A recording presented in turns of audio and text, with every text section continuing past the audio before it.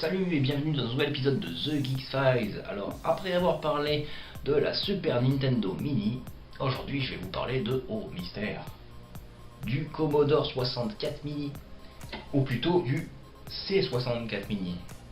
Car si la console de Nintendo, la Super Nintendo Mini, était une console officielle, ici en revanche le C64 n'est pas une console officielle de Commodore. C'est un ordinateur miniature fait par des passionnés. Ce n'est pas officiel. Alors déjà on va présenter la boîte, je sais pas si vous la voyez en entier. Recto et verso. Le packaging est magnifique, tout comme c'était le cas de la Super Nintendo. Et franchement, le look de l'ordinateur de l'époque et la version miniature d'aujourd'hui est franchement magnifique.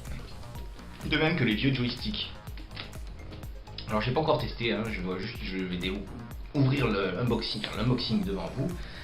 Et là je commente déjà ce que je vois.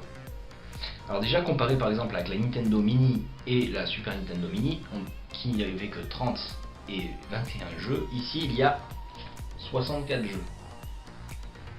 Pourquoi 64 jeux, vous allez me dire? Simplement parce que c'est le Commodore 64. Donc ils ont décidé de faire un petit jeu de mots, 64 jeux. Et c'est bien entendu des jeux classiques de l'époque du Commodore 64, mais qui étaient aussi comme des versions qui existaient aussi sur d'autres ordinateurs. Par exemple, je vois comme titre Boulder Dash. Boulder Dash, il est sur Commodore 64, mais il était aussi sur Amstrad CPC 464, Amiga 500, Atari ST, etc. Pareil pour California Games, qui est un jeu très connu de cette époque-là et qui était sur Master System, Amiga 500, Nintendo, etc. Alors ici, il y a 64 jeux et c'est quasiment que des hits. Alors je vais pas vous lire la liste complète parce que ça va prendre un bon bout de temps, mais vous trouverez la liste, par exemple, des classiques de l'époque du Commodore 64, c'est Boulder Dash, California Games, par exemple Cybernoid et Cybernoid 2, Rananarama, c'est un clone entre guillemets une sorte de clone de Gauntlet. Qu'est-ce qu'il y a d'autre? Speedball et Speedball 2. Alors bien sûr c'est des versions 8 bits de ces jeux, hein, donc ces graphismes n'est pas tout à fait les mêmes. Mais bref, il y a pas mal de jeux. L'ordinateur il est vendu avec un joystick qui rappelle fortement les joysticks de l'époque. Il faut savoir que le clavier que l'on voit là, les touches ne sont pas fonctionnelles, c'est juste décoratif. Mais il y a deux ports USB sur le côté qui permettent de brancher soit un clavier réel, et donc taper les textes dedans, ou brancher un joystick, ou pourquoi pas, d'après ce que j'ai entendu dire, je sais pas si c'est vrai, il faudra que je vérifie, mettre une clé USB et rentrer d'autres ROM de la Commodore 64 sur la mémoire interne, ce qui n'était pas le cas de la Super Nintendo Mini et de la Nintendo Mini. Ici, donc, il y aurait potentiellement la possibilité de rajouter des ROM dedans sans avoir à ouvrir la console et de façon légale, ce qui n'était pas le cas de la Super Nintendo et de la Nintendo. Mais je sais pas si c'est vrai. Je sais également qu'à l'intérieur ils ont mis le langage basique. Alors le langage basique, c'était le programmation texte en gros.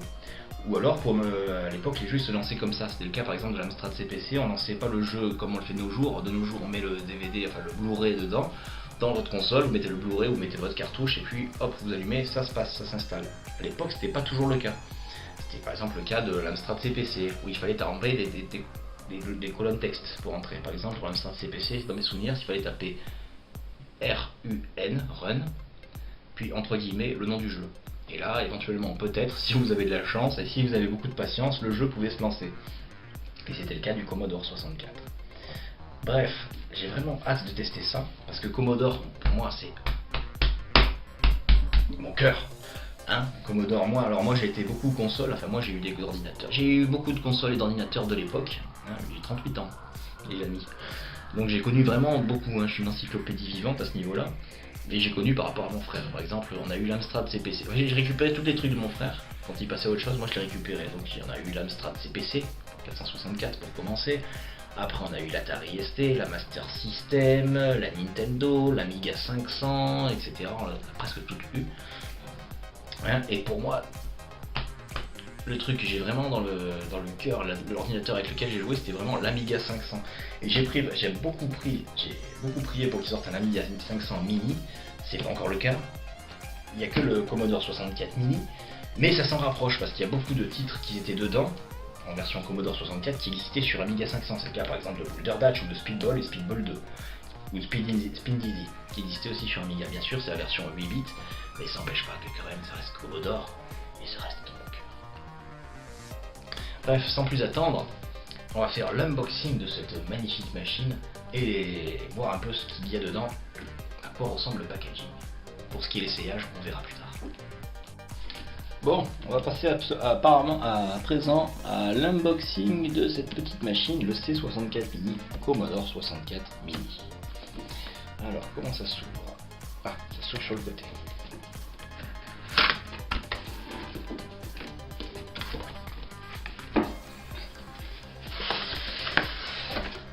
Ah, voilà un beau packaging. Regardez, sous le carton protecteur, il y a ça. Maintenant, on va ouvrir la boîte. Waouh! Regardez comment c'est présenté. C'est vraiment beau. Vraiment, vraiment beau. Ah, j'ai un petit coup de cœur. La manette, comment ça s'enlève? D'abord, on va voir. Voilà. L'ordinateur. Waouh, putain, regardez-moi ça. Regardez-moi ça comme c'est beau. Bien sûr, les touches, on a réflexe naturel, réflexe conditionné, on a tendance à vouloir appuyer sur les touches, mais bien sûr, elles sont factices. Alors, qu'est-ce qu'on a dessus? Trop beau. On a le port HDMI pour brancher sur la télé, le power in, c'est-à-dire le courant, la prise courant. Alors, d'après ce que j'ai compris aussi en regardant sur internet, je ne l'ai pas dit dans la présentation de l'appareil, c'est qu'il n'est pas fourni avec un embout secteur. Il y a le petit port que l'on voit là, plus un embout USB qu'il faut brancher sur un adaptateur USB qui n'est pas fourni. C'était le cas aussi pour la Super Nintendo Mini.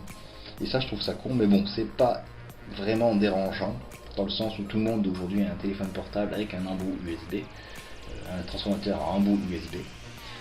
Sur le côté, on a donc le bouton Power. On. Il n'y a pas bien sûr pas d'embout disquette, de trucs à disquette, hein, ça va de soi. Et on a deux prises USB, deux ports USB qui permettent de brancher sur l'ordinateur miniature un clavier à part, classique d'ordinateur, une autre manette, ou deux autres manettes. Mais d'après ce que j'ai compris, il faudra que je vérifie vraiment cette information. Je ne peux pas le certifier maintenant, mais il y a la possibilité de brancher via en USB une clé USB contenant d'autres ROM et les intégrer dans la mémoire interne de la console. Enfin, de l'ordinateur, parce que ça reste un ordinateur. Alors, est-ce que c'est vrai ou pas? Je ne sais pas. Je l'essaierai et je vous le dirai. Bref, là, c'est vraiment réussi. Et ils ont même poussé un peu le vice, si on regarde bien, à ne pas faire la couleur blanche, parce que l'ordinateur, il n'avait pas de cette couleur-là à l'origine. Il était vraiment plus blanc, comme l'Amiga 500 ou la Super Nintendo. Ils ont fait un peu jaunir le plastique, un peu pour donner un peu le côté kitsch et ancien. Ça donne un peu petit, un peu blanc cassé, si vous voulez. Bref, passons maintenant au reste du packaging. Qu'est-ce qu'il y a d'autre? On passera après. Ah, bien entendu, les deux cordons. Hein, je vais pas les déballer, hein, tout le monde sait ce que c'est un cordon. Il y a une notice d'installation rapide. Important. Et enfin la manette. Le fameux joystick. Ou le bâton de joie, comme on dirait. Voilà. On a vraiment les sensations.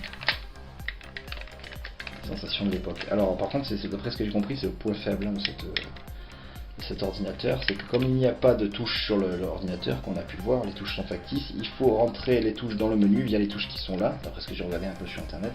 Ça permet d'accéder au menu et on sélectionne les touches, un peu à la façon du clavier de la PlayStation 4, vous savez qu'on rentre les noms, on déplace le joystick sur les lettres et on appuie dessus.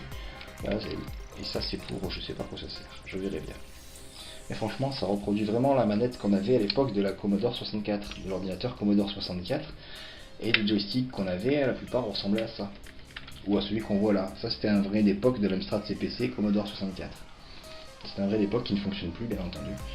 Qui est là en déco. Alors, qu'est-ce qu'il y a d'autre dans la boîte? Est-ce qu'il y a quelque chose d'autre? Non. Je ne sais pas ce que c'est ça. Ah, c'est juste décoratif.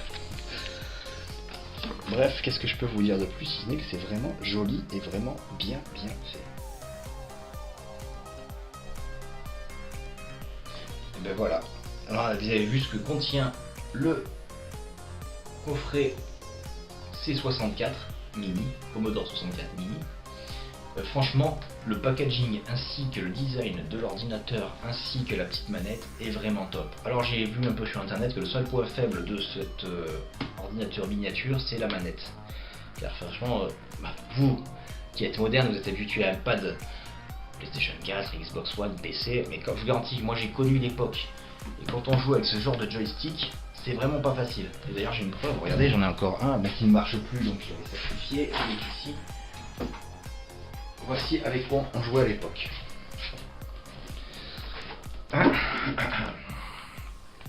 Bon, il marche plus, le fil était coupé, il servait de décoration.